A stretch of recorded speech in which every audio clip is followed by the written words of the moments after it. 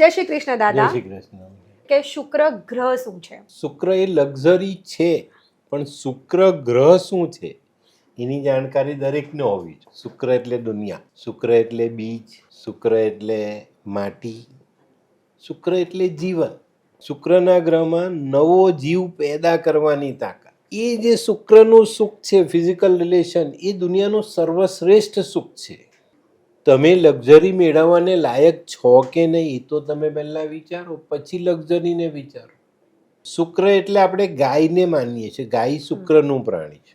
તો સાચી વાત. આને નથી સમજતું આજનું જે પબ્લિક છે, આજનું જે પેલા ખેરખા થઈને બેઠેલા છે કે અમે મોટા જ્યોતિષ, અમે આમ કહીએ તો આમ થાય. હું તો એમ કહું છું કે કોઈ પણ ખાનામાં શુક્ર છે. તમારું આચરણ, તમારા વિચાર એ જો બધા સારા છે તો તમે કોઈ પણ સ્થાનના શુક્ર સાથે સારું ફળ મેળવી શકો છો. ઘણા બધા વખત આપણે જોયું હોય કે કદાચ 3 થી 4 કુંડળીમાં સરખા સ્થાને શુક્ર હોય, પણ એ દરેકનું જીવન અલગ હોય.